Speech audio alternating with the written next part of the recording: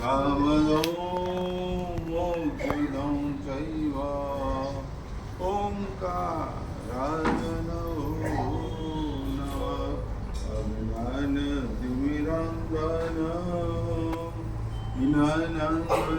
શલાકયા નેત્રમન્મીલિतं येन તસ્मै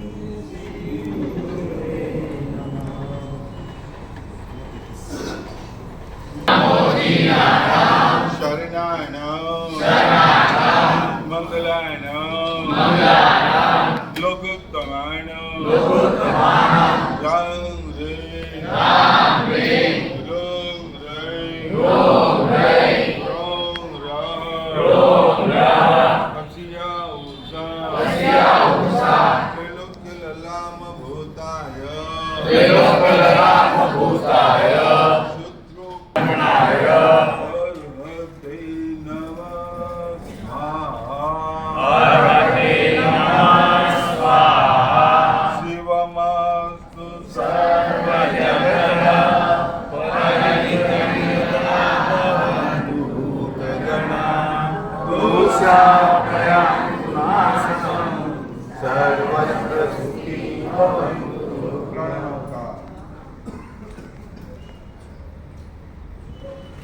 Balaji complex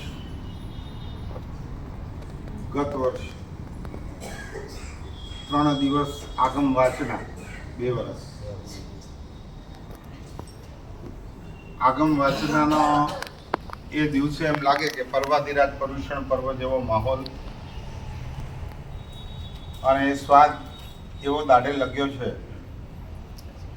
કે જેવો ભાઈંદરમાં પ્રવેશ કર્યો અમારા પાવનજીના લઈ જૈન સંઘની વિનંતી છેલ્લે પણ આવી. અમારે અહીંયા અત્યારે છે ને વેઇટિંગ બધું ચાલે છે, તત્કાલમાં કાંઈ મળતું નથી અને એના કારણે પહેલેથી બાલાજીને 2 દિવસ ફાળવી દીધેલા હતા.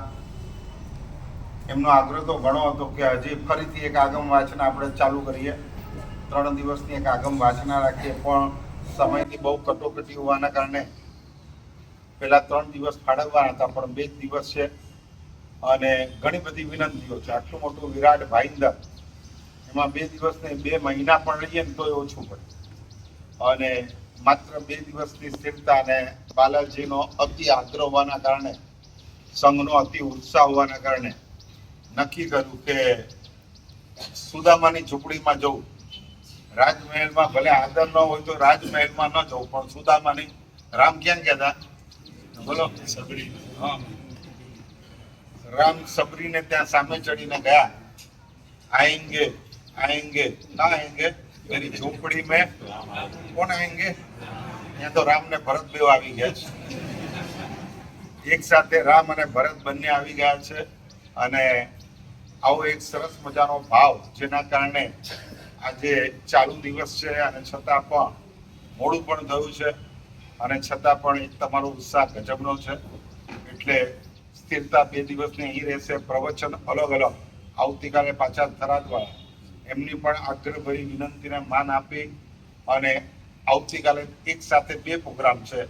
એક તો બાવનજીના લઈ દર્શન કરી અને વિજયભાઈને ત્યાં પગલાં કરવાના છે અને જે સંઘની જબરજસ્ત સેવા આપે છે, સંઘમાં એલર્ટની અંદર આગળ પડતા છે, વિહાર સેવા ગ્રુપની અંદર પણ જોડાયેલા છે અને ખાસ મહાબોધિશ્વરી મહારાજના ચાતુર્માસ વખતે ઘણા બધા પરિવર્તનો થયા. આજથી લગભગ 30 વર્ષ પહેલા ભાઈંદરની ધરતી ઉપર પહેલું ચાતુર્માસ અમે બે ભેગા હતા, અલગ થતા નતા, પણ ભાઈંદર વાળા એટલા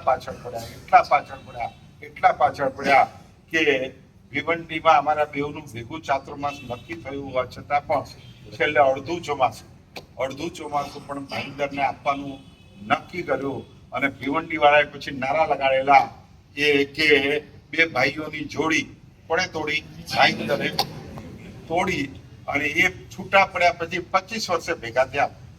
પાછા ગચ્છાધિપતિએ રાખી દીધા કે હવે મહાબોધિશ્વરી મહારાજ મારી સાથે જ રહેશે અને 25 વર્ષ પછી પાછો યોગ અમારા બેવનો ભેગો આવ્યો છે અને એમણે એ ચાતુર્માસમાં માત્ર અડધું ચાતુર્માસમાં તો અડધું ભાઈંદરનું પરિવર્તન કરી નાખ્યું, જેમાંથી ઘણા બધાની દીક્ષાઓ થઈ.